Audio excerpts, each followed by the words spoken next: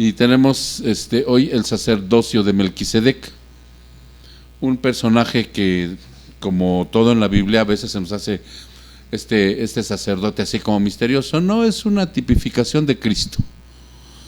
Ustedes saben que en todo el Antiguo Testamento todo habla de Jesucristo, ¿no? Por decir, si ustedes buscan dónde está Cristo cuando Moisés sacó al pueblo, Moisés es un tipo Cristo. ¿Lo sacó de dónde Moisés al pueblo?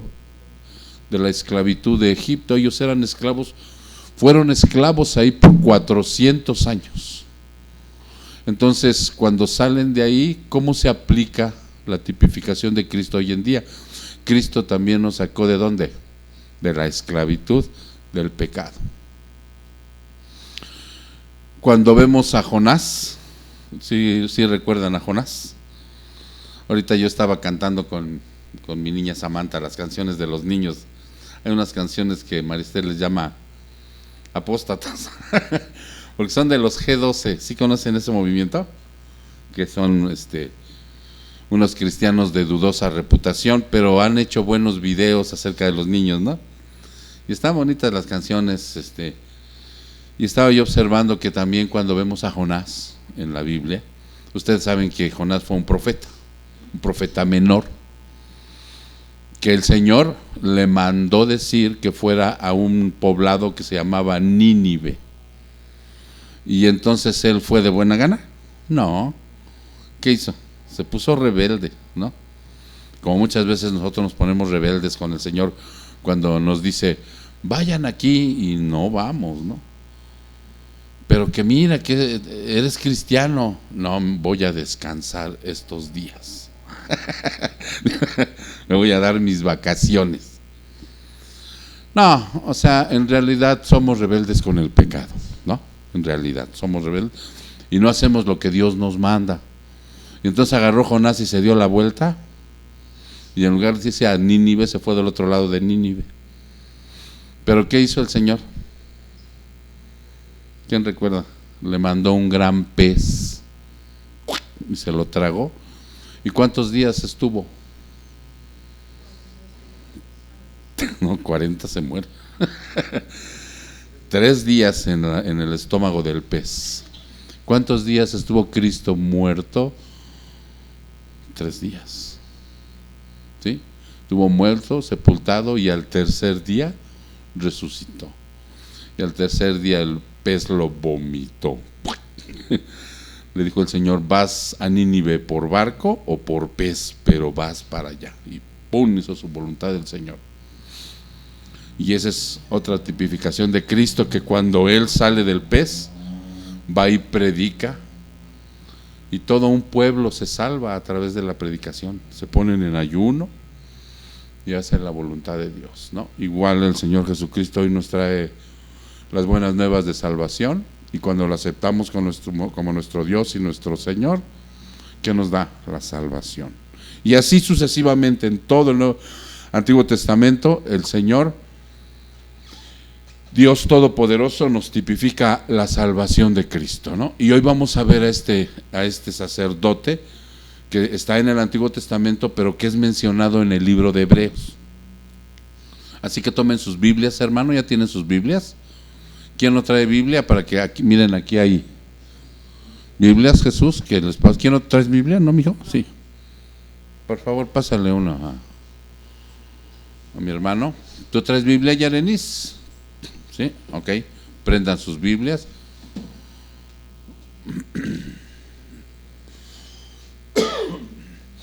Y vámonos a Hebreos, capítulo 7. Vamos a ver el versículo del 1 al 3. ¿Sale, mis hermanos? Y cito: porque este Melquisedec, rey de Salem, sacerdote del Dios Altísimo, salió al encuentro de Abraham cuando éste regresaba de la matanza de los reyes, y lo bendijo. Abraham le entregó el diezmo de todos los despojos, cuyo nombre significa primeramente rey de justicia, y luego también rey de Salem, esto es, rey de paz. sin padre ni madre, sin padre, sin madre, sin genealogía, no teniendo principio de días ni fin de vida, siendo hecho semejante ¿a quién? Al Hijo de Dios. Permanece sacerdote a perpetuidad. Vamos a orar. Señor, muchas gracias por estos 3 versículos preciosos y hermosos, y ten la misericordia de que hoy podamos entender la enseñanza que nos traes a través del rey Melquisedec.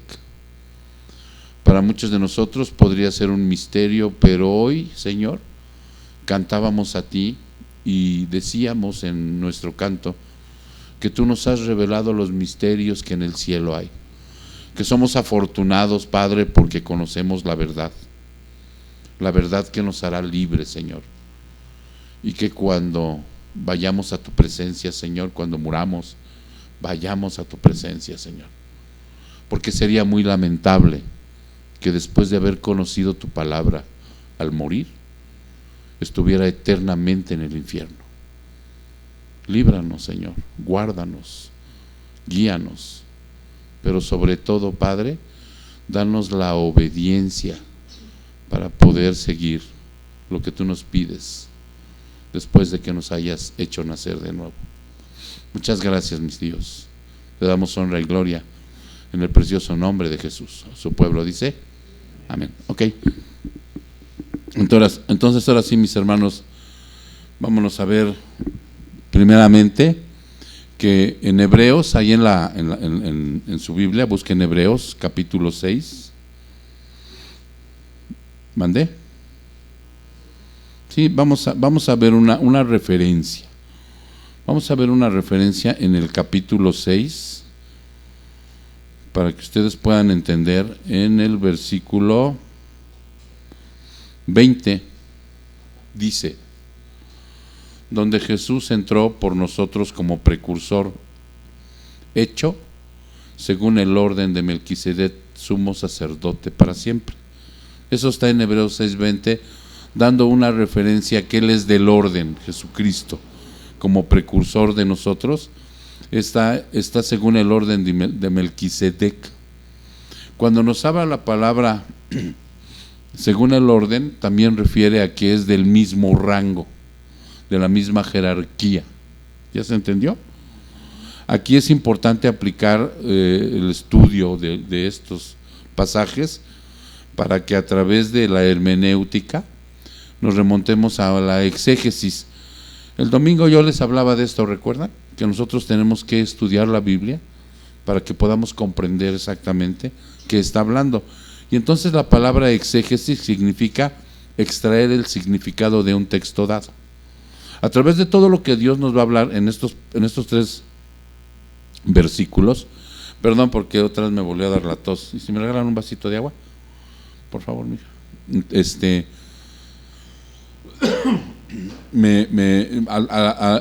Toda la predicación lleva una temática, ¿sí? ¿Qué es lo que vamos a ver hoy? Eso es lo principal de la predicación. Aunque vamos a hablar de muchas aplicaciones que nos trae estos pasajes, la principal temática de la predicación es que Él es un rey, es un sacerdote, Melquisedec, de la misma forma que Cristo. ¿Sí se entiende? Para que ustedes no pierdan de vista eso. ¿Y qué nos trajo ese rey y sacerdote a nuestra vida como algo prioritario que nosotros debemos abrazar, entender y disfrutar la salvación? ¿Sí se entiende? Ese es lo principal del tema. Entonces vamos a ver que en el primer versículo dice: porque este Melquisedec, rey de Salem, sacerdote del Dios Altísimo, en Hebreos 7, salió al encuentro de Abraham cuando éste regresaba de la matanza de los reyes y lo bendijo. ¿Sí? Abraham, ustedes conocen que es el padre que se le denomina de la fe. Abraham era un hombre que vivía como tú y como yo un día en el mundo. ¿Sí recuerdan nuestra experiencia en el mundo, verdad, hermanos? Aunque hoy Dios nos ha sacado de ahí, ¿Recuerdan cuál es la experiencia de nosotros en el mundo? Vivir en pecado, ¿sí? Hacer todo lo contrario de lo que Dios dice, ser totalmente egoístas, vivir para nosotros. Gracias.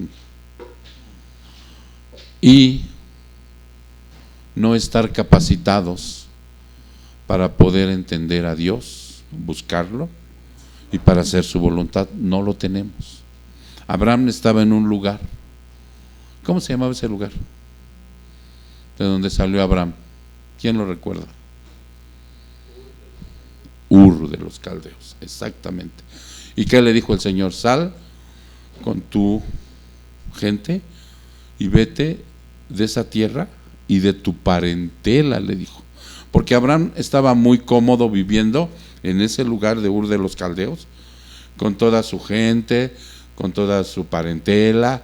Ahí tenía su trabajo. Ellos eran en aquel tiempo, la mayor parte cuidaban animales, vivían del campo, ¿sí? Y le dijo: sal de tu comodidad, vete de ahí. ¿Alguna vez has escuchado así la voz de Dios que te dice: sal de ahí, de donde estás en el confort, vete de ahí, vete del mundo? Es lo que está, es la aplicación que trae cuando el Señor le dice a Abraham: sal de esa tierra, vete lejos, yo te voy a indicar a dónde vas a ir. Vete de tu parentela, sal de tu comodidad, sal de tu vida de egoísmo, de vicios, de mentiras, ¿sí? De frustraciones. Eso es lo que nos dice el Señor cuando llega a nuestra vida. ¿Ya te diste cuenta quién eres? ¿Ya te diste cuenta que si eres una persona que no ha sabido vivir en este mundo, que vive totalmente en pecado, que no tiene santidad? Salte de ahí, te dice Dios. Cuando te dice que te salgas de tu parentela, es porque la parentela, pues en ocasiones también estamos atados a ellos con tradiciones, con falsas religiones. Tenemos pactos con ellos de secretos, de muchas cosas, de mentiras, ¿sí? Nos apapachamos la maldad. Por eso le dice el Señor: salte de ahí, de tu parentela, vete de ahí. Pero él textualmente lo saca de su país y le dice: yo te voy a guiar. Y a veces a nosotros se nos hace así como difícil, ¿no? Pues ¿a dónde voy? Porque no estamos acostumbrados a confiar en Dios. Pues ¿dónde voy, no? Que más valga, dice el famoso refrán. Pero si empiezas a confiar en Dios, a depender de Él, entonces vas a empezar a hacer lo que Él dice y te da el tiempo, ¿no? Porque si hoy a través de esto, de lo que ahorita te voy a leer, Dios te pide que te salgas de ahí, te está pidiendo enfáticamente que te vayas de tu vida de pecado, de tu vida que no sirve, de la que ofende a Dios, que te salgas de ahí. Y a veces no es fácil. Acostumbrados a toda una vida de mentira, no es fácil salir de la mentira. Acostumbrados a una vida de vicios, no es fácil salir de ahí. Acostumbrados a una vida de lujuria, a veces no es, al principio no es fácil salir de todo eso, de todo lo que se llama pecado, ¿no? Salir de la idolatría, porque a veces creemos en, o de las dependencias que tenemos, ¿no? De muchas cosas que nos quitan la vida para Dios, no es fácil. Por eso Dios nos da el tiempo, nos da un proceso. Igual pasó con él. Fíjense lo que le dijo, ¿no? Porque aquí dice que en ese momento este rey, el rey de Salem, sacerdote del Dios Altísimo. Jesucristo, ¿de quién es sacerdote? Del Dios Altísimo. ¿Dónde está ahorita Cristo? A la diestra del Padre. ¿Y qué función está desarrollando? Nuestro gran sumo sacerdote, que está intercediendo por nosotros. Igual este rey tipifica a Cristo.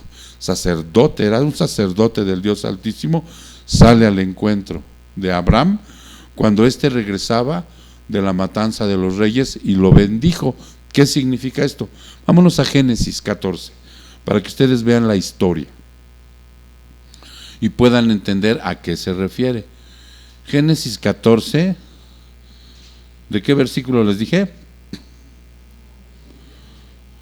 Del versículo 9. Vamos a empezar en el 9. ¿Ok?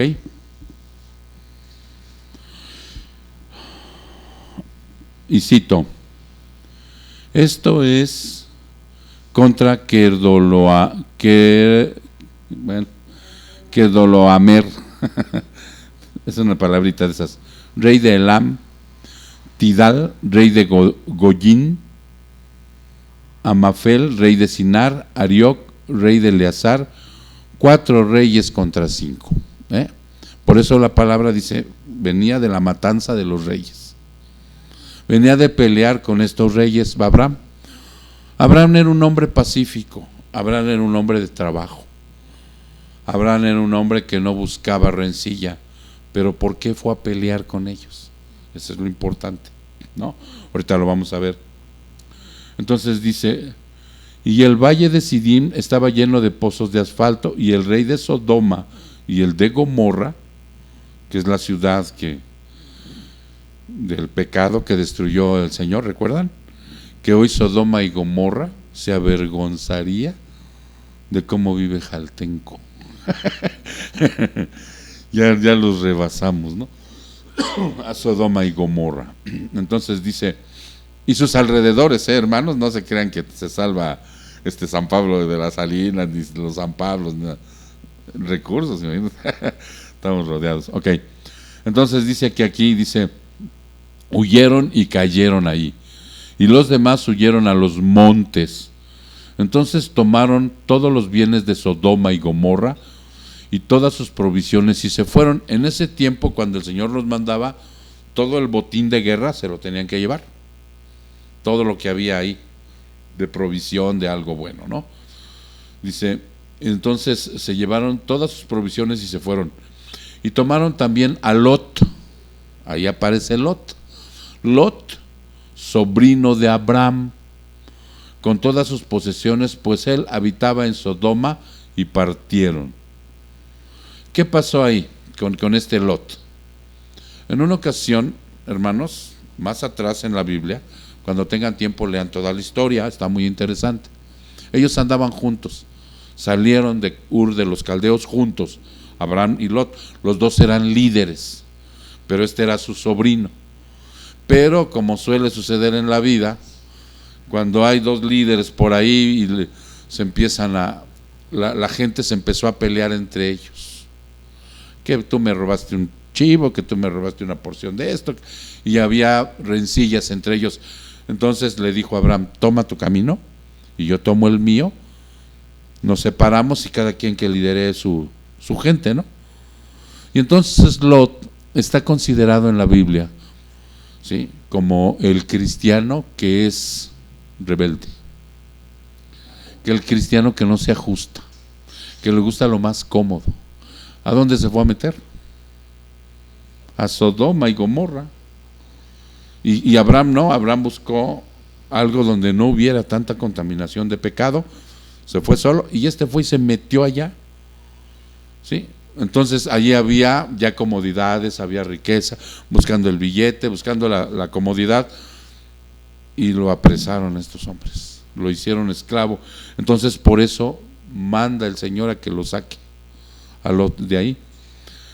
Fíjense cómo dice el 13, y uno de los que escaparon vino y se lo hizo saber a Abraham el hebreo, que habitaba en el encinar de Mamre, el amorreo, hermano de Escol y hermano de Aner. Y estos eran aliados de Abraham. Al oír Abraham que su pariente había sido llevado cautivo, movilizó a sus hombres adiestrados, nacidos en su casa, eran 318, y salió en persecución hasta Dan, y por la noche él, con sus siervos, organizó sus fuerzas contra ellos, y los derrotó, y los persiguió hasta Joba, que está en el monte en el norte de Damasco, y recobró todos sus bienes, también a su pariente Lot, con sus posesiones, y también a las mujeres y a su gente. Los rescató. ¿Sí? Muchas veces nosotros, hermano, sabemos que no todos Los cristianos son obedientes. A veces hay por ahí algunos que son medio rebeldones, ¿no? Que tienes que andarlos pastoreando, orando por ellos, estarles hablando, oye, no te alejes, oye, regresa, oye, mira, el mundo es un imán para ti. Tenemos que estar congregados, hermanos, porque somos ovejas del Señor. Y al ser ovejas del Señor, si tú te congregas, ¿sí? Hace rato María Esther les mandó un versículo que dice que algunos tienen por costumbre no congregarse, ¿sí? Como que le quieren jugar al cristiano solitario, y como que desde viendo videos en YouTube y cosas así se apartan, ¿sí? No estoy hablando de días, estoy hablando de que se apartan totalmente. Ya no vienen a la congregación, ya no vienen al discipulado, ya no se ministran, ¿sí? Mucho menos toman un servicio. Entonces, cuando tú te apartas del rebaño, pasa lo mismo que cuando una oveja se aparta del rebaño, lo mismo. Ustedes saben que cuando una oveja se aparta del rebaño, ¿qué le pasa? En primer lugar se pierde, ese es el punto de la aplicación, se pierde. Y se la traga cualquier animal depredador, porque se encuentra sola. No hay un pastor que la defienda, porque aquí el que la defiende es el pastor. La oveja es el animalito más manso de la tierra, y por ahí, según se ha dicho de paso, el más menso. Porque ¿saben por qué, hermano? Porque es miope. La oveja es miope, se aparta tantito del rebaño y cuando levanta la cara ya no ve, se desorienta, por eso se pierde. ¿Ya se entendió? Y lo mismo pasa el cristiano que va empezando, el de mediano tiempo y el que ya tiene tiempo. Siempre seremos miopes, ¿sí? Ante las cosas del Señor. Si nos apartamos de las cosas de Dios, inmediatamente no quedamos miopes, quedamos ciegos de nuevo. El mundo tiene un imán. ¿Se han visto el imán cómo jala al metal? Tiene un imán, pero chulo, que nos quita de las cosas de Dios. Nos vamos así como enfriando. ¿Te gusta el café frío? A mí no. El lunes me sirvieron un café frío. No me gustó. No me gusta, no, te vas enfriando de las cosas de Dios, y cuando te das cuenta ya estás viviendo como en el mundo, ya estás hablando como los del mundo, ya estás viendo cosas de los del mundo, tu lenguaje soez regresa, tus actitudes egoístas regresan, empiezas, todo te empieza, porque es una contaminación, ¿no? No cuando vas a Ciudad de México, ¿no te lloran los ojos? Porque la contaminación está fuerte, ¿no? Te sientes hasta mal, y llegas aquí y está igual, ya está igual. Entonces, dice que entonces al separarse Abraham de Lot, por conveniencia material, se fue a meter a Sodoma y Gomorra, por conveniencia material. Por eso es que nosotros, hermano, no es que Dios esté peleado con la prosperidad que quiere de nosotros. No, Dios nos va a prosperar, pero nos va a prosperar conforme vaya viendo nuestro avance espiritual. Esa es una realidad para nosotros, porque si no entramos en yugo desigual con los incrédulos. Vean lo que dice 2 de Corintios 6, 14, 18. 2 de Corintios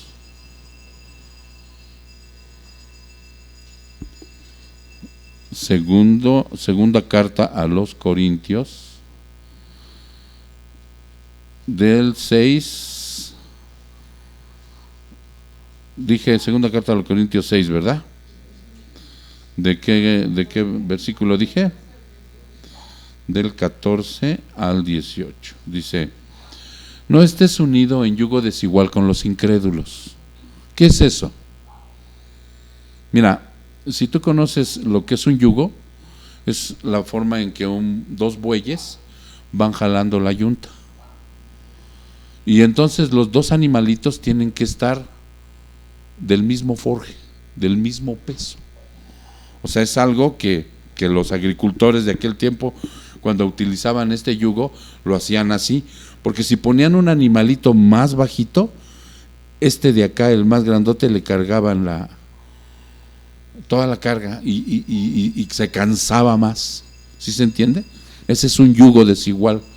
Entonces te pide a ti Dios, en este ejemplo que pone, que tú no te involucres con aquellos que no creen en Cristo, porque tu estilo de vida que tienes tú y que vas adquiriendo es diferente al de ellos. ¿En qué sentido? Dice, fíjate bien, dice, pues ¿qué asociación tiene la justicia y la iniquidad? Cuando tú tratas de ser justo en tu vida y de entonces dices, por ponerte un ejemplo, yo ya no voy a robar, ni voy a hacer business para traer dinero a casa, me voy a ganar el dinero honradamente. Llegas a una empresa y esta empresa te va a decir, mira, aquí tienes que traer una cuota. ¿Dónde te dicen así? Por lo regular, en la policía. Te vamos a dar una patrulla, pero tú tienes que traerme aquí una cuota. No trabajan por sueldo, trabajan por comisión. Entonces, ¿qué tiene que hacer esa patrulla? Andar infraccionando impunemente, andar transando, andar robando. ¿Ya se entendió? Y puede ser que en este momento tú pudieras tener una gran necesidad y te puedan acercar un trabajo en una asociación de estas, ¿no? ¿Qué va a pasar? Vas a tener que entrarle. Entonces por eso dice Dios, no. Sales a trabajar, llegas a trabajar en una empresa de refresco, o de gansitos, o de cigarros, y ahí te van a dar un sueldo, pero te meten a trabajar para que repartas el cigarro. Y vas con la persona, van dos en una camioneta, en un camión, van los dos, tú eres cristiano, pero el otro no. Entonces él te dice, mira, ¿sabes qué? Que aquí la situación es así. Cuando lleguemos a proveer a la tienda, cuando lleguemos a proveer al almacén, vamos a tener que transarnos algo para sacar también. Nosotros como cristianos ya no hacemos eso, hermano. Si tú te asocias con ellos, entonces ese es el yugo desigual. ¿Ya se entendió? No, tú ya no puedes, tú ya no debes, porque tú ya vas a adquirir un estilo de vida en donde vas a confiar que lo que tú ganabas con tranzas, a lo mejor hoy Dios te lo va a reponer y a multiplicar siempre y cuando tú tengas fe en Él. Y te va a dar un trabajo honrado, te va a dar cuando tú renuncias. Por eso te dice, no estés en yugo desigual. Por eso Lot se fue a meter allá. Por eso se peleaban, porque Lot siempre fue muy mundano. Lot fue muy carnal y se peleaban, era medio manchadito, y entonces por eso se separaron. Y lo que hizo Lot fue y se metió en yugo desigual, teniendo las órdenes de Dios, que ya se portara bien, que siguiera a Abraham, fue y se metió de nuevo allá. Entonces, ¿en qué otro aspecto dice aquí? ¿O qué comunión la luz con las tinieblas? ¿Qué comunión tiene la luz con las tinieblas? ¿Sí saben lo que es comunión? ¿Qué relación pudiera tener el diablo con Cristo? Ninguna. ¿Sí? ¿Qué relación tiene el pecado con la justicia, con la que hoy tú ya vas a empezar a practicar? No tiene ninguna relación, ¿no? Es como si dijéramos, el agua y el aceite se mezclan. No se mezclan. ¿Qué armonía tiene Cristo con Belial? ¿Qué armonía puede tener Cristo con el diablo? ¿O qué tienen en común un creyente y un incrédulo? Nada, hermano. Tú empiezas a cambiar y quitas de tu palabra la grosería, ¿sí? Hoy vas a tratar a tus hijos de una manera que ya no va a haber palabras soez para él. Él ya no va a escuchar de ti una palabra ni siquiera de tonto, baboso, de todas las palabras que ya sabemos, mucho menos las más ofensivas, ¿no? Hoy tú ya vas a saber que tu vocabulario sirve para alabar a Dios. ¿Qué venimos a hacer hace rato? ¿No estábamos alabando al Señor? Hoy tu vocabulario va a cambiar. Hoy tu familia se va a sorprender, va a decir, wow, ¿no? Tal vez ese niño, niña, joven, no sé, tu esposa, tu esposo, se va a sorprender de que tú ya no trates. Hoy tú vas a saber que las manos se hicieron para trabajar y para acariciar, no para golpear. Entonces, por eso dice, ¿qué tienen en común? Porque los inconversos golpean, ¿no? Miren, el domingo yo volví a reprobar. Dios me puso una prueba y volví a reprobar. Y mira, tienes que tener mucho cuidado porque Dios te pone pruebas. Estábamos aquí haciendo el quehacer. Tenemos levantada la cortina y ya habíamos terminado. Ya mis hermanos ya se habían ido. Ya no me estaba yo con el hermano Jesús y arriba, no mi hijo, sino el otro, Jesús Hernández. Y arriba estaba María Esther todavía haciendo algo de quehacer en el salón de los niños. Cuando ahí sentados, no sé qué me estaba preguntando Jesús, y veo y aparece en escena una pareja discutiendo. Y yo así sentado ahí viéndolos, ¿no? Y vi que estaban discutiendo, estaban peleando como una pareja, ¿no? Cuando de repente no sé qué le dijo la señora, y primero la aventó, ¿no? Sobre la malla. Y en ese momento yo empiezo a sentir coraje, hermano. Tenía yo el mechudo, yo secando todavía. A la segunda ya le tiró el antebrazazo. Y la señora no se callaba, hombre. Lo seguía ofendiendo. No se oía hasta acá que le decía. De aquí pero sí, ya la tercera le tiró el trancazo y le pegó en la cara, ya con la mano cerrada. Y me le fui encima. Le dije, déjala. Pero yo ya, miren, blandiendo el palo, así, ¿no? Y en cuanto me vio también bien energúmeno, nomás me decía, tú no te metas. Y se fueron, ¿no? Y yo le decía a la señora, vengas para acá, métase a la iglesia, aquí le damos cobijo, ¿no? No, también la señora se siguieron. Entonces cuando ya yo me calmé, supe que hice mal. Yo no debía haberlo amenazado con el palo.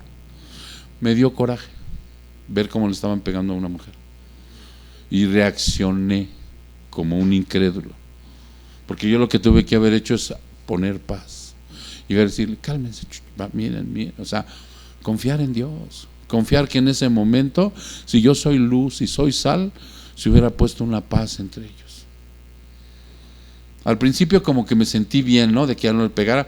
Pero así cuando entrando, ya ven cómo le hacía don Ramón al chavo cuando le decía, ¡toma! Era un coco aquí. Así me sentí como inmediatamente el Espíritu Santo me dijo, hiciste mal.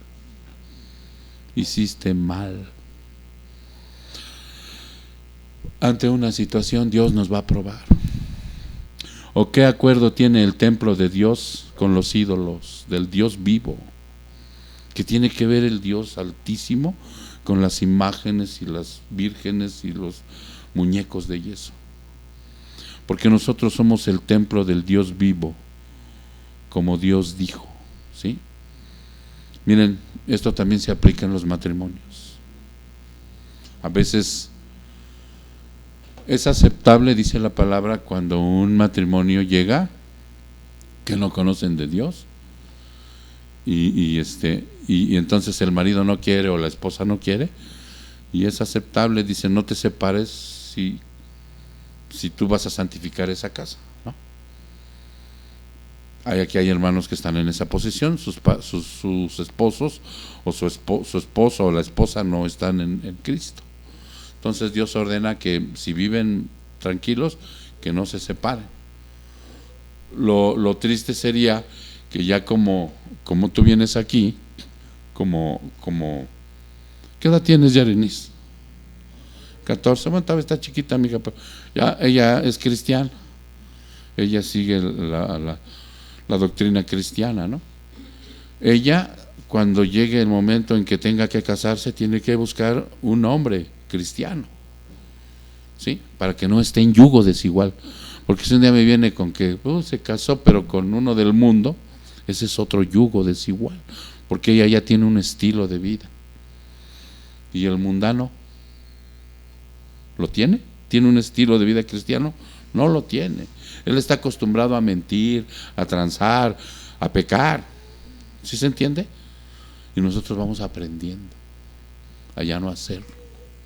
Entonces, muchas veces así pasa en los matrimonios. Ya conocen la doctrina y se casan con un inconverso y creen que lo van a convertir con su gran amor. Pues no es cierto. Entonces por eso dice, porque nosotros somos el templo del Dios vivo. Porque cuando tú te vuelves cristiano, o sea, Cristo tiene misericordia de ti, entonces dice aquí que el Espíritu Santo llega a vivir a ti. Aquí lo dice, porque nosotros somos templo, nosotros, la persona del Dios vivo, el Espíritu Santo llega a morar en ti, entra en tu ser, aquí se estaciona en tu espíritu, y ahí está dentro el Dios Todopoderoso, guiándote, ayudándote, orando por ti. Está orando Cristo en las alturas, y el Espíritu Santo aquí con nosotros. Fíjate qué afortunados y qué privilegiados somos. Entonces, de esa manera, dice, como Dios dijo, habitaré en ellos.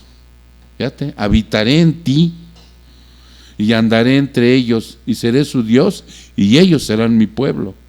Por tanto, salid de en medio de ellos. ¿De quiénes? De los incrédulos. Y apartaos, dice el Señor, y no toques lo inmundo. No te acerques al pecado, empiézalo a repudiar. ¿Qué repudias en esta vida? La comida de tu esposa. No, eso no. No, ya va a aprender a guisar. Cuando tú pasas por un lugar, y ese es el ejemplo que siempre pongo, vas caminando por aquí, por un lugar, y hay un animalito muerto. ¿No huele feo? ¿Qué haces inmediatamente? Uy, no, y te das la vuelta, ¿no? Bueno, ese es un repudio fuerte. Así tenemos que repudiar el pecado. Así, de esa misma. Cuando lo veas de cerca, haz de cuenta que es un animal que huele feo. Inmediatamente nos tapamos la nariz y nos vamos por otro lado, ¿no? Pero a veces sucede lo contrario. A veces sucede lo contrario. Vemos venir el pecado y en lugar de taparte la nariz, es más, ya está enterrado el animalito y vas y lo desentierras para seguir viviendo en la mezcolanza.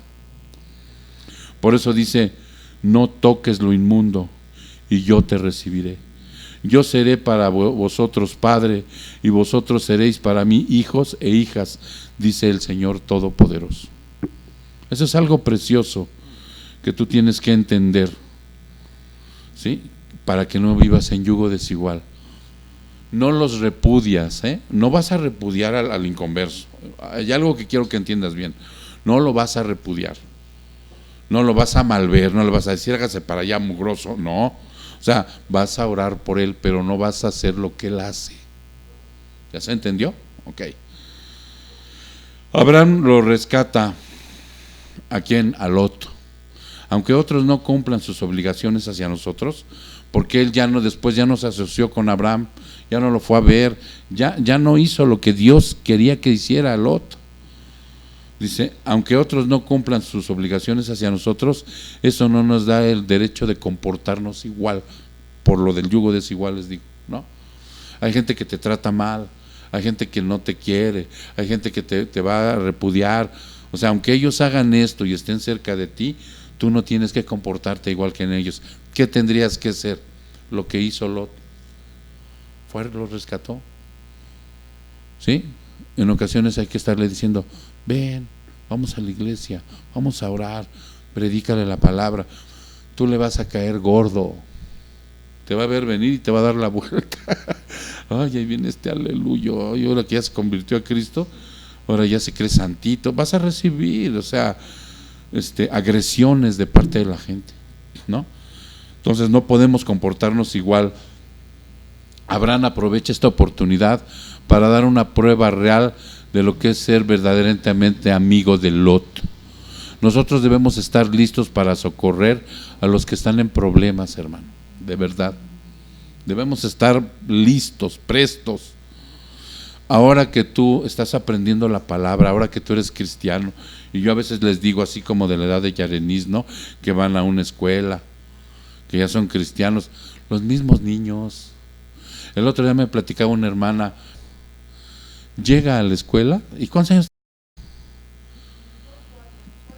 4 o 5 años, va en el kinder, los pone a orar.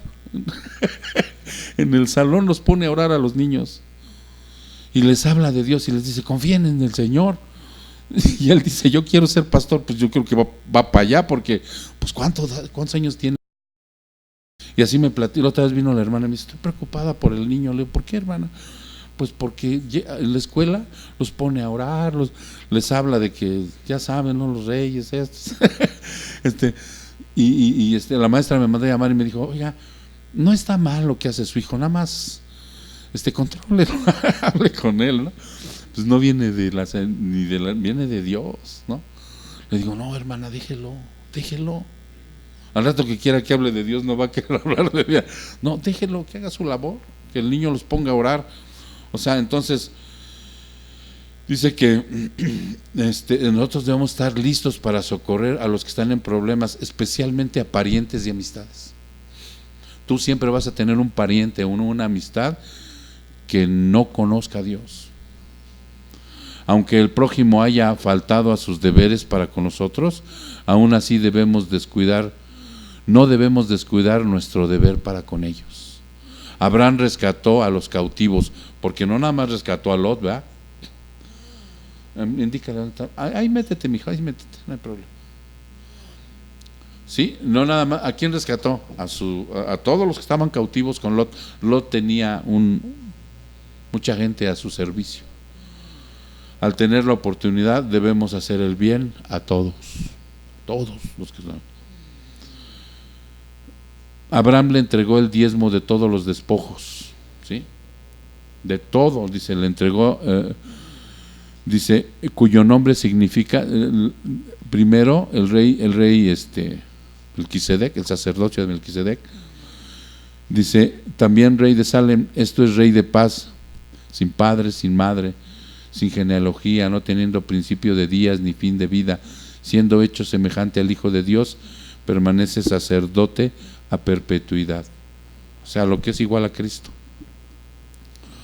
Como ya hemos visto, los dos pasajes en el que el autor de Hebreos basa su argumento son, vámonos al Salmo 110. El Salmo 110.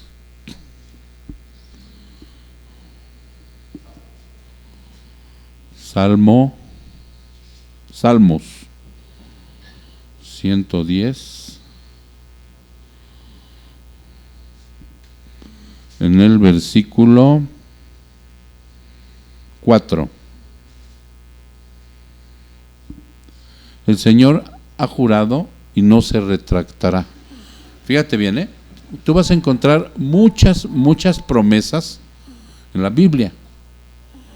Una vez que tú encuentras las promesas en la Biblia, ¿sí? Dice aquí, ¿sí?, que cuando el Señor te ha jurado algo, no se va a echar para atrás, lo va a cumplir, ¿sí? Entonces dice, tú eres sacerdote para siempre, según el orden de Melquisedec. Ok. Y luego lo corrobora con Génesis 14 del 18 al 20, lo que ya vimos, no lo busquen, lo que ya vimos hace rato que les leí.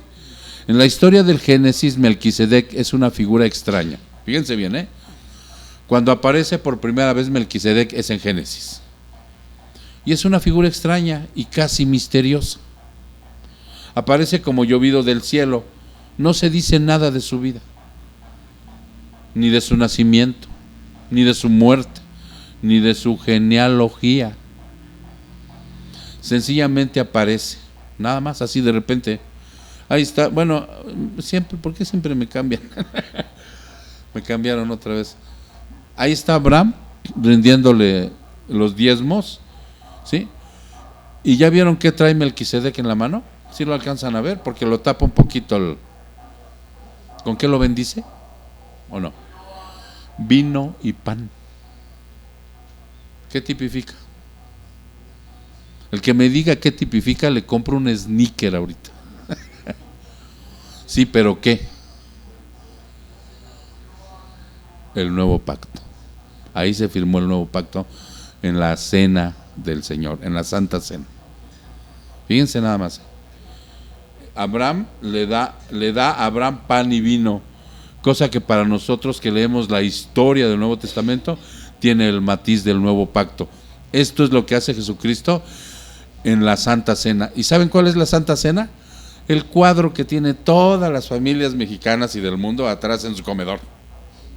¿Cómo le llaman? La Santa Cena. No, la última cena. Ellos le llaman la última cena de Jesucristo. En ese momento, y lo que hacemos nosotros en la Santa Cena, que recordamos, ¿qué recordamos con la Santa Cena? Muerte del Señor Jesús hasta que Él regrese. ¿Sí me entienden? Un día vamos a volver a estar sentados con Él, físicamente, con un cuerpo glorificado, cenando con Él. Un día, cuando Él regrese por nosotros. Por lo pronto dice, recuérdenlo siempre. Y por eso en los domingos hacemos la remembranza de la última cena, de la Santa Cena, perdón. ¿Sí? Donde en ese momento el pan representa su cuerpo, que fue molido por nuestra culpa. Le pegaron, lo clavaron, le pusieron corona de espinas, le hicieron un oprobio, que es una vergüenza pública, y lo mataron, ¿no? Y el vino representa la sangre derramada, es un símbolo. Esa sangre derramada habla de que la vida se le fue y murió por nuestros pecados, y por eso la sangre de Cristo nos salva. Ese es el objetivo de la sangre de Cristo, que Él al derramar su sangre muere por nuestros pecados y nos entrega la salvación. Él nos va a salvar cuando Él quiera. Él nos va a dar el nuevo nacimiento cuando Él quiera. Pero cuando tú estás ahorita escuchando aquí, dice la palabra de Dios que la fe, porque es por fe, no es por obras. Si tú quieres portarte bien, fíjate bien, si tú quieres portarte bien para ganar la salvación, no sirve. No sirve. Tú tienes que venir a escuchar la palabra, y a través de la palabra de Dios tú vas a adquirir la fe que se necesita para creer en Cristo. Tú la vas a adquirir, ¿sí? Y entonces Él te salva, Él te hace nacer de nuevo, y después de que te hace nacer de nuevo, te pone arrepentimiento en ti. Y si sabes qué es arrepentimiento, ya lo hemos visto muchas veces, pero no está de más repetirlo. Un cambio de tu juicio, de tu actitud, que es cambio de pensamiento, es cambio de voluntad y es cambio de emociones. Te transforma el Señor, pero no así de la noche a la mañana. Se necesita un proceso, porque vas a aprender a obedecer a Dios. Entonces, eso es con lo que salió a bendecir a Abraham. ¿Y qué le dijo a Abraham un día al Señor? Tú vas a ser padre de multitudes, y sobre ti todas las naciones serán benditas. Porque en todas las naciones que hay ahorita en la tierra, ¿cómo cuántas naciones hay, Eric? ¿Cuántos países? Pero más o menos, quién sabe, esos eruditos, ahorita me va a buscar. En todas esas naciones que ahorita María Esther nos va a dar el dato, hay hijos de Dios. Hay en Arabia, hay en Afganistán, hay en China, hay en Japón, en Vietnam, en Rusia, en Italia, en Italia, ¿sí? En todos esos lados hay hijos de Dios. Por eso le dijo Padre de naciones. Tú vas a ser el padre de las naciones, ¿sí? Abraham, hermanos, tenía 100 años y su mujer tenía 90 y no tenía ni un hijo. Bueno, ya tenía el de la concubina, ¿verdad? Pero un hijo de ese matrimonio que no había, hasta ese tiempo nació. Y de ahí, de Isaac, ¿cuántos son? De 193 a 195 naciones en todo el mundo. Pues en todas esas naciones hay hijos de Dios. Por eso tenemos que predicar en todo el evangelio, en todo el mundo. Entonces ya vieron el matiz que tiene, la representación que tiene cuando sale a bendecirlo con pan y vino. Le está hablando a Abraham del nuevo pacto que después se va a firmar. en donde ya vamos a tener nosotros la salvación. Le está hablando que un día Él va a entregar su cuerpo y su sangre para que nosotros seamos salvos. Y Él le lleva los diezmos de todo lo que ganó en la batalla, cuando derrotó a los reyes. Y seguidamente se desvanece de la escena Melquisedec. Tan repentinamente como había entrado, desaparece. No nos sorprende que el autor de Hebreos haya encontrado en él un símbolo de Cristo. Ya no se vuelve a mencionar a Melquisedec, hasta Hebreos lo vuelve a mencionar. El autor de Hebreos, que no se sabe tampoco quién es. Melquisedec era por su nombre Rey de Justicia. ¿Sí vieron la canción que cantamos hace rato, los que llegaron? Rey de Justicia, ok. Y por su reino, Rey de Paz. La orden es un tanto significativo, inevitable. La justicia debe ir primero. Dice, la justicia debe siempre ir primero que la paz. Sin justicia no puede haber paz. Ahora vamos a entender esto. Regocíjate en tu corazón si ya lo entiendes. Porque primero tiene que haber justicia y luego paz en nuestra vida. Porque así nos lo trajo Cristo, ¿sí? Justificados por la fe, dice Romanos, verte Romanos 5:1.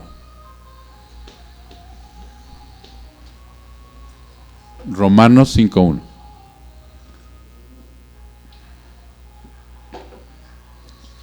¿Ya estás ahí, hermano? Dice que nosotros somos justificados, pues, por la fe. Mira, casi no lo hacemos usualmente en los miércoles, pero le voy a pedir a María Esther que nos busque Glorioso Intercambio para que al final la cantemos y ustedes sepan la esencia de lo que se está virtiendo en este momento. Dice Romanos 5:1, justificados pues por la fe, tenemos paz para con Dios por medio de nuestro Señor Jesucristo. ¿Qué quiere decir esto? Yo les dije que la salvación no es por obras, ¿verdad? No es porque te portes bien, sino que Él te la regala. ¿Cómo te la regala? Cristo vivió 33 años aquí en la tierra. Y esos 36 años que vivió como hombre, pero ahí también estaba Dios, como hombre no cometió pecado, era un hombre perfecto. Nunca tuvo un mal pensamiento, nunca tuvo un pecado, que no cometió pecado el Señor. Era un hombre perfecto, porque venía del Espíritu Santo él, ok. Cuando él muere a los 33 años sin pecado, él cuando está entregando su vida en la cruz, fíjate lo que vas a entender hoy, de lo que tantas veces has visto cada Semana Santa y cada que se dice que el Señor murió, que ves una película. Fíjate una de las cosas más preciosas que hizo. Está muriendo en la cruz sin pecado. Y todos los pecados de sus hijos, los que vamos a ser sus hijos, se le están cargando en ese momento, en esas 3 horas antes de morir. Le están cargando a él la lujuria, la mentira, todo el pecado, ¿sí? La pereza, todo se le está cargando ahí al Señor, porque Él está absorbiendo nuestro pecado para morir en nuestro lugar. Y de la cruz Él desprende la justicia, la desprende para todo aquel que va a ser su hijo. O sea, que ahorita, si tú eres hijo de Dios, si ya naciste de nuevo, tú tienes así una vestidura de Cristo. Esa es la justicia de Dios. Cuando el Padre voltea hacia abajo para ver, ¿cómo te llamas, hija? Se me olvida tu nombre. Tú. ¿Cómo te llamas? Daniela. Cuando el Padre voltea para abajo y ve a Daniela y ve a Luis, y si ustedes ya nacieron de nuevo, ya no está viendo 2 pecadores, ya está viendo a Cristo formándose en ustedes, pecadores. Esa es su justicia. Eso es lo que hizo en la cruz. Si tú, Aymar, ya eres hijo de Dios, ¿sí?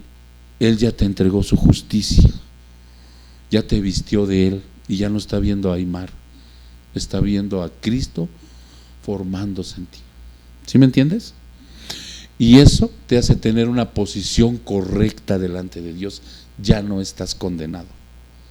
Ya no estás, te sacó del infierno. Y va a trabajar contigo quieras o no quieras. Y va a estar ahí contigo hasta que mueras por vía del Espíritu Santo. Y te va a cuidar, te va a redarguir, te va a probar, como les digo que prueba, y va a estar contigo. Esa es la justificación que Él hace de la cruz hacia mí. Cuando yo llego y por fe empiezo a creer en Él. ¿Ya se entendió? Por eso no puede haber paz, porque nosotros antes de ser de Cristo éramos del diablo y estábamos en el infierno. Ahora estábamos además enemistados con el Dios Padre Todopoderoso. Y esa paz que ahora nos trae, nos reconcilia. Esa es la paz con Dios. Aunque aquí vivamos tribulaciones, persecuciones, al rato va a haber problemas cuando crezcan los hijos, y va a haber problemas por esto. ¿Sí se entiende? Pero como ya eres hijo de Dios, ya tienes la paz con Dios. Esa es la mejor paz que tú puedes tener, aunque aquí tengas tribulaciones. ¿Sí se entiende, Aymar? Aunque estés preocupado, aunque vengan situaciones más adelante, ¿sí? Pero tú ya estás con Dios. Ya esa es la paz que sobrepasa todo el entendimiento. Por eso dice aquí: justificados pues por la fe, tenemos paz para con Dios por medio del Señor Jesucristo. Pero ahora, ya una vez siendo hijo de Dios, ahora sí estás capacitado para portarte bien. ¿Ya se entendió? Ahora sí vas a cambiar de vida. Ahora sí vas a dejar de ser grosero, pornográfico, masturbador, mentiroso. Ahora tienes esa capacidad. Bueno, hasta lo borracho se te va a quitar. De veras. Pues a mí me sacó de ahí, hermano. ¿No? De verdad. Porque si no, entonces es una evidencia de que tú no has nacido de nuevo. Si tú no cambias, es una evidencia de que no has nacido de nuevo. Porque es muy bonito estas verdades, ¿sí o no? Son bonitas, son preciosas, son eternas. Pero no podemos dejar a la gente en la mentira. También se le tiene que decir que si no has cambiado, si sigues siendo el mismo, entonces no has nacido de nuevo. Aún no eres cristiano. Podrás ser un bonito simpatizante, ¿sí? Que viene a escuchar la palabra, que levanta sus manos, que canta, pero aún no has nacido de nuevo. La evidencia de que ahora eres salvo es que vas a cambiar de vida. Vas a ser diferente al patán que éramos antes, a la chismosa que era antes, a todo eso vas a cambiar. Y en Romanos 14, 17, ahí vete un momentito arriba, 14 Romanos 17, fíjate cómo dice: el reino de Dios, ¿ya estás ahí? Romanos 14, 17.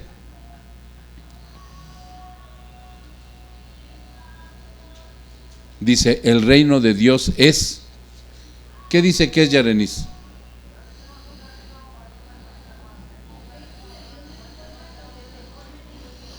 Ajá. Dígale.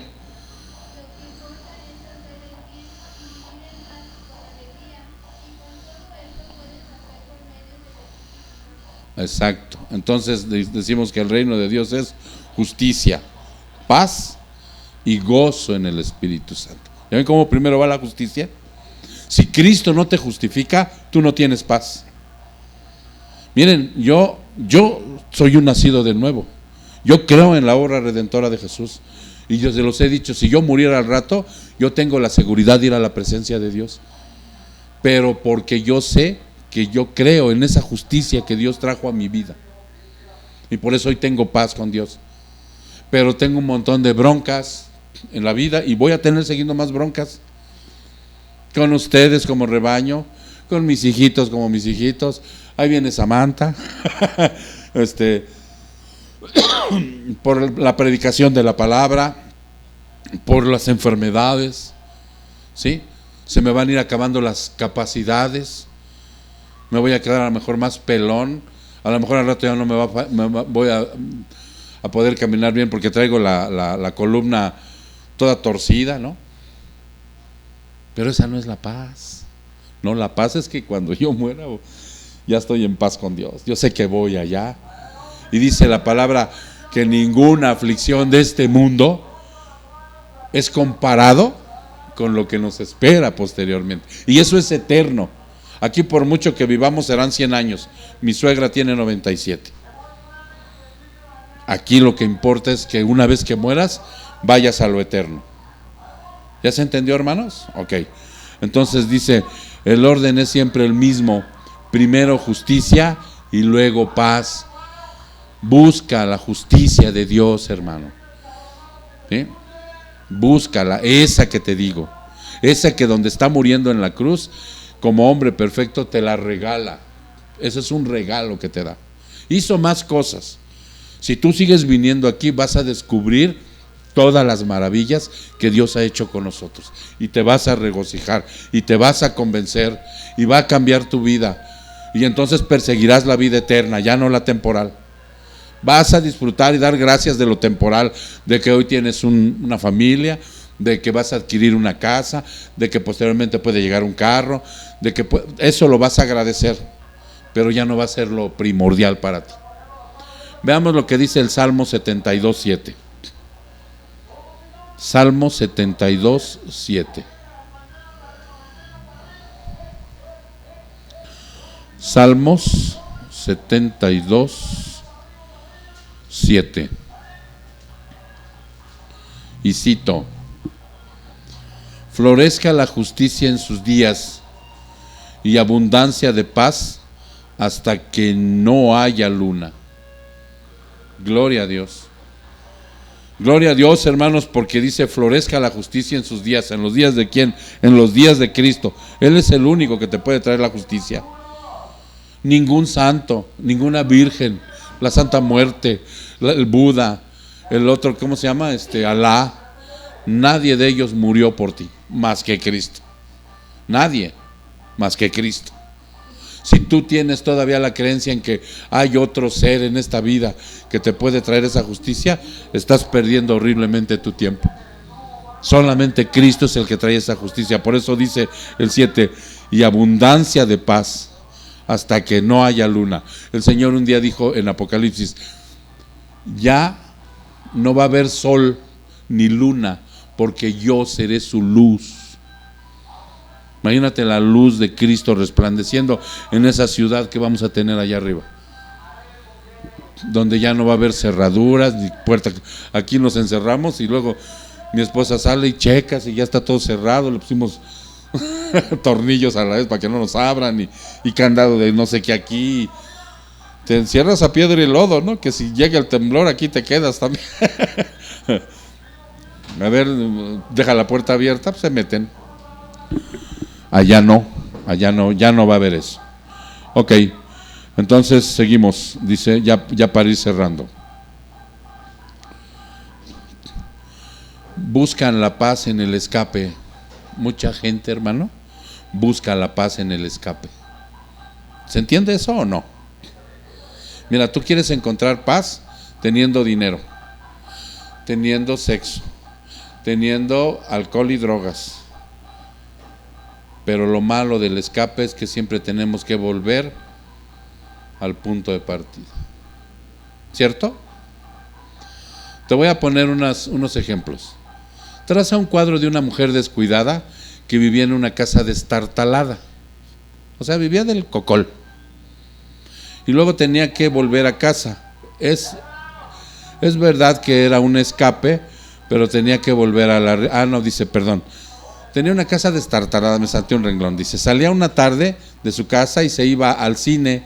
Se escapaba una o 2 horas al mundo del lujo y el encanto de las películas. Y luego tenía que volver a su casa. Es verdad que era un escape, pero tenía que volver a la realidad. Se iba al cine para salirse de su miseria, pero cuando terminaba la película tenía que regresar a su miseria. Esa es buscar la paz en el escape. Ahí te va otra. Dice, ok.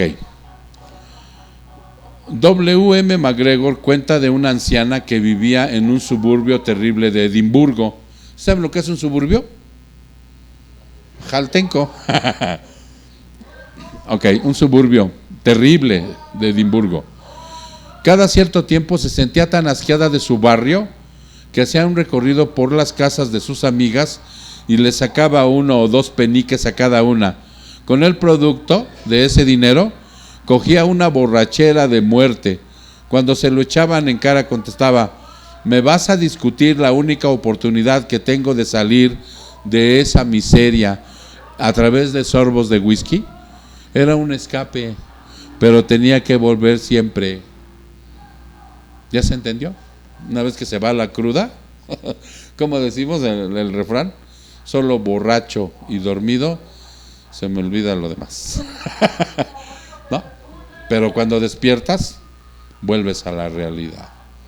No se puede adquirir la paz a través de una vía de escape. No se puede. Aquel que busca la vía de escape a través del dinero, ahora cuando se muera y que se quiera llevar sus millones, no se va a llevar nada. Aquel que quiere buscar la vía de escape manipulando a la gente con poder, también un día se va a morir, no se va a llevar nada. Mas sin embargo, si tú renuncias a toda esa vida, el día que te mueras vas a ganar todo. Todo. Encontrar esa cierta clase de paz por la vía de escape a veces parece bueno, pero no dura, y es un engaño. Está el camino de la justicia, nada más, o para decirlo de otra manera, de la voluntad de Dios. No puede haber verdadera paz hasta que no digamos, fíjate bien, no podrá haber verdadera paz en nosotros. Siempre estará la intranquilidad, la neurosis, la ansiedad. Siempre estará eso presente mientras no aprendas a decir: hágase tu voluntad, Señor. Y una vez que se ha dicho de a de veras, la paz inunda el alma, así. Y la inunda profundamente. Así le sucedió a nuestro Señor Jesús. Fíjate bien, fíjate cómo Él la vivió. Y toma ese ejemplo, porque es nuestro Señor. Cuando fue a Getsemaní, ¿qué era Getsemaní? Un huerto, previo a su crucifixión.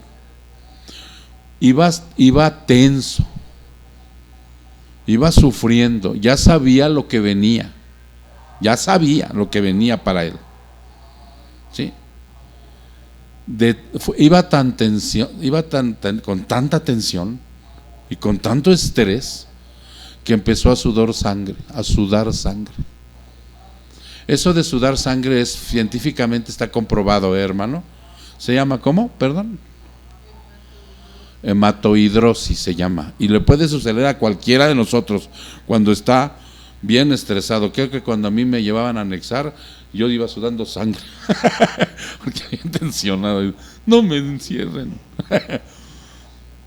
¿No? Entonces así le sucedió al Señor. Iba sudando, llegó y sudó sangre.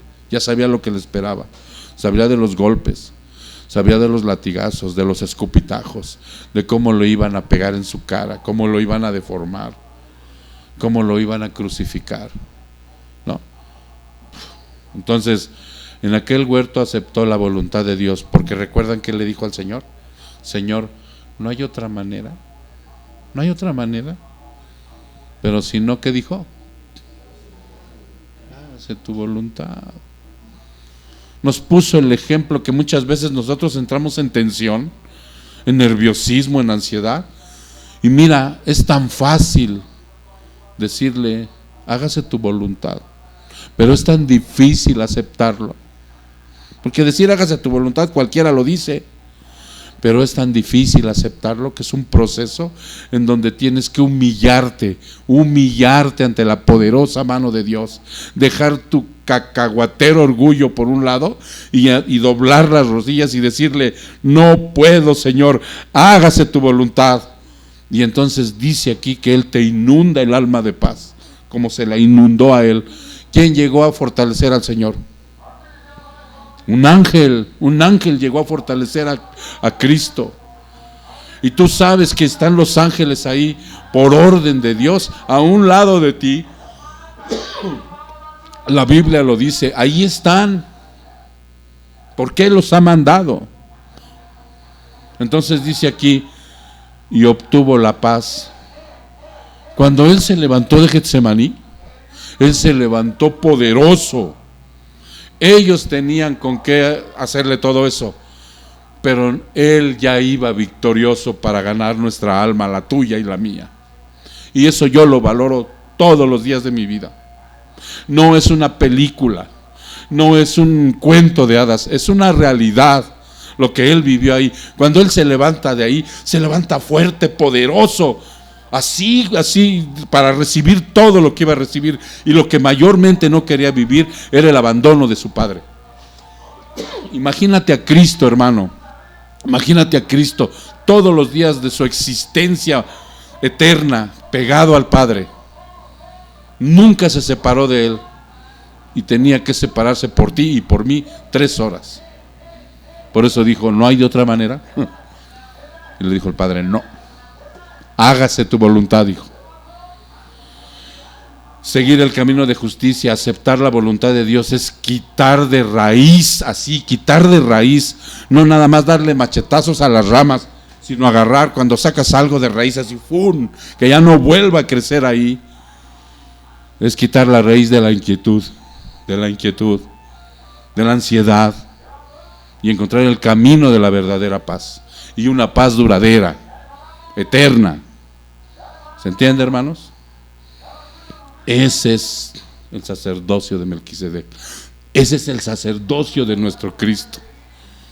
Esa es la realidad de Dios en nuestra vida. Vamos a orar. Padre, te damos muchas gracias, Señor, porque en esta noche tú has hablado a nuestra vida. Y si la palabra ha sido fuerte, Señor, y nos has movido, Padre, en nuestro interior, bendito seas. Te pedimos humildemente, Señor, que hagas esto una realidad en nuestra vida, Padre, para que podamos ser libres del pecado, de la muerte eterna que es el infierno, Señor. Y que algún día, Padre, podamos estar en tu presencia eternamente también. Te pido que lleves a mis hermanos con bien a sus lugares de donde vienen y que los guardes, Señor, y que al empezar este periodo de tiempo, Señor, tu bendición los acompañe, Padre. Muchas gracias, Señor. Te damos la honra y la gloria en el precioso nombre de Cristo Jesús. Su pueblo dice...